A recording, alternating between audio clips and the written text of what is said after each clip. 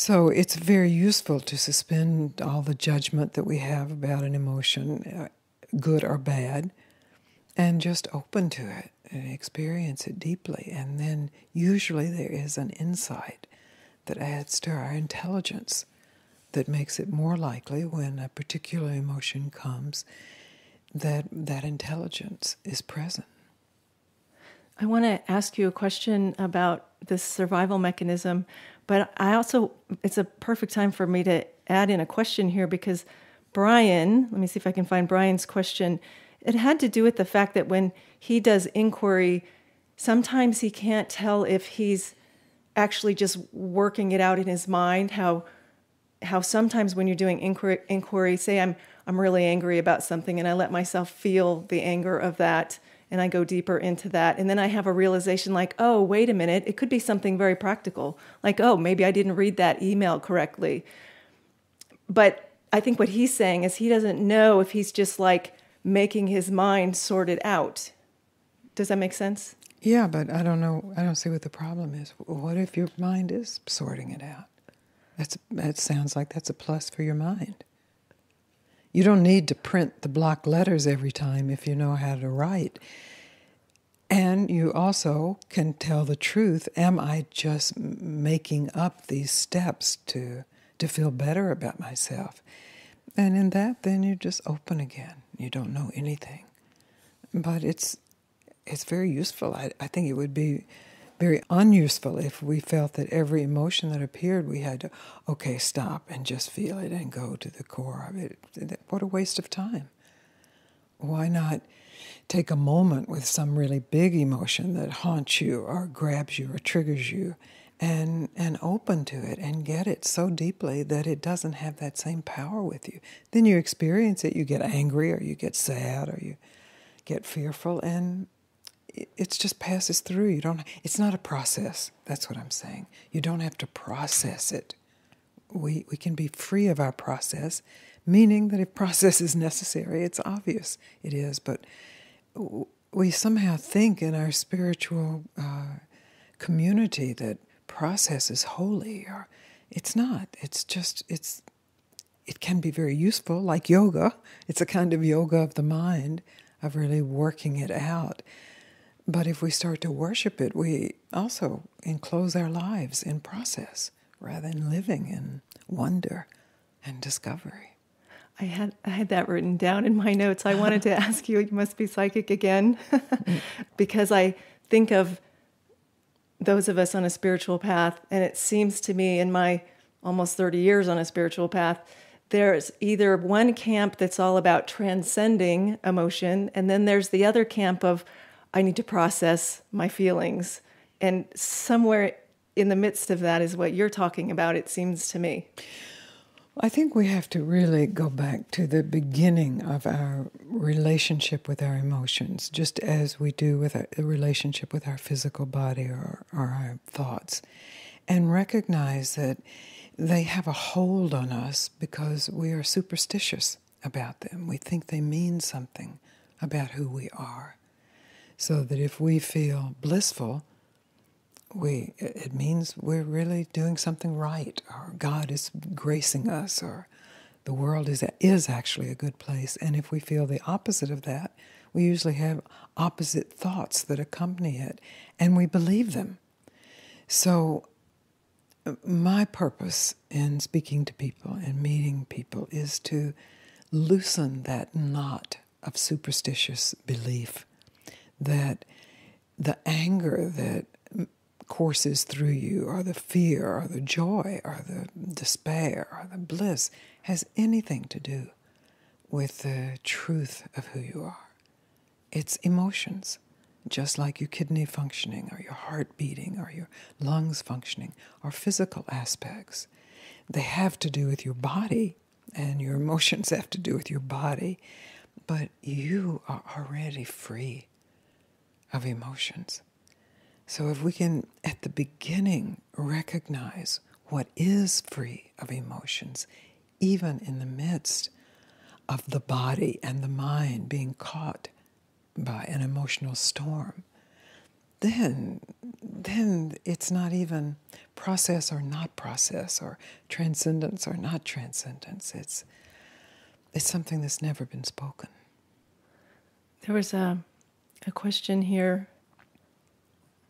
These are like they're all just completely set up for what you're saying, but there was a question here that came in to our email, Gangaji Radio email, and it's from Susan, and she says, I believe I have heard you say we can't count on emotion to show us the way to enlightenment or pure consciousness. I'm wondering how I know when I have found the joy that you speak of. Shall I continue? Well, that question doesn't arise. When you found the joy that has nothing to do with any condition, it doesn't have anything to do with any denial that the mind may throw in. Is this it or is this not it? Is irrelevant. Even if you determine it's not it, it's irrelevant because it's so full and it's so big and it's so present. The thing I wanted to say about survival was that, like, there are people that who are in the midst of survival who have just gone through a couple of terrible earthquakes. There's that kind of survival. Yeah. But when it comes to emotion, it almost feels like the same thing in a not so sane way, that we feel like we have to manage our emotions like it's an emergency. I feel this thing in my body, I feel this emotion, and I have to do something about it now. I think there's that, and there's also just the sort of carrying the weight of a particular emotion, which could be a depression finally, or a sadness, or any of the emotions, carrying it as a weight where it feels like it's a constant thing that's on one's back. And for both of those situations and everything in between, you can actually recognize that there's something here and open to it, not process it, not fix it, not get beyond it, not transcend it, not act it out, not repress it, just open to it. And that's what inquiry, the word inquiry points to, is opening the mind, stopping the management, stopping the control, and meeting whatever is being felt, whether you feel like it's been with you all your life or you feel like your neighbor caused it this morning, just to open to it. Then this is different from how you act on it.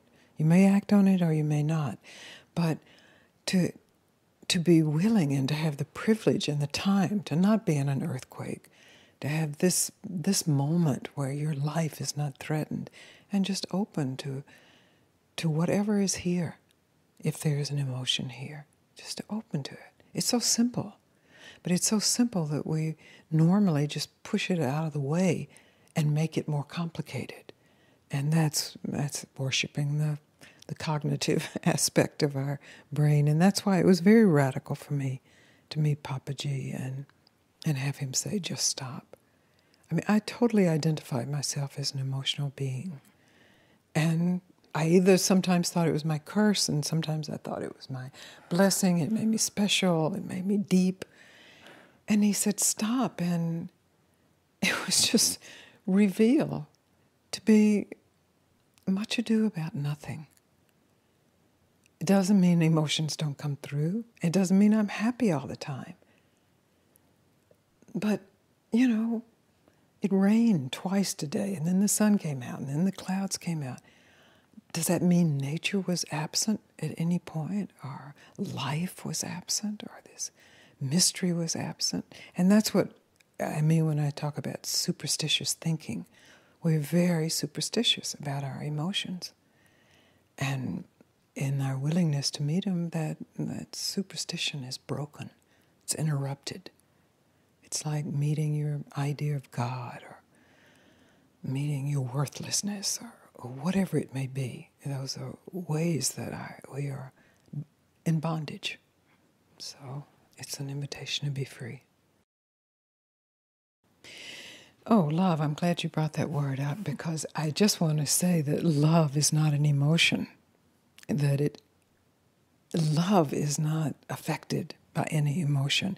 And when we minimize love, into an emotion that means feeling good or feeling open and not feeling angry or not feeling fearful, we really diminish this discovery of the depth and the texture of what it means to live as love. And I don't mean that as love in quotation marks. I mean really as this incomprehensible force of being that all emotions flood through. And, sometimes the most compassionate act is actually to kill someone on their deathbed. It's actually to serve them out of love. Or it can be filled with love and compassion when you actually say no to someone, or you say, I don't like that, or that was wrong. So if we remove love from the emotional definition, then maybe the emotions won't have such power on us. They're just like we have a stomach ache. Does a stomach ache mean that that's who we are? It doesn't feel good, and we may identify with it, but a stomach ache comes and goes, and it doesn't touch the radiance of being. And you can lose an arm or a leg or use of both arms and legs, and still the radiance of being is present. The same is true with emotions. You have a habit of an emotion. Does that touch the radiance that's underneath? In our worship of the superstition of emotions, we think it does, because we don't open to it to see that the radiance is here. It's always here.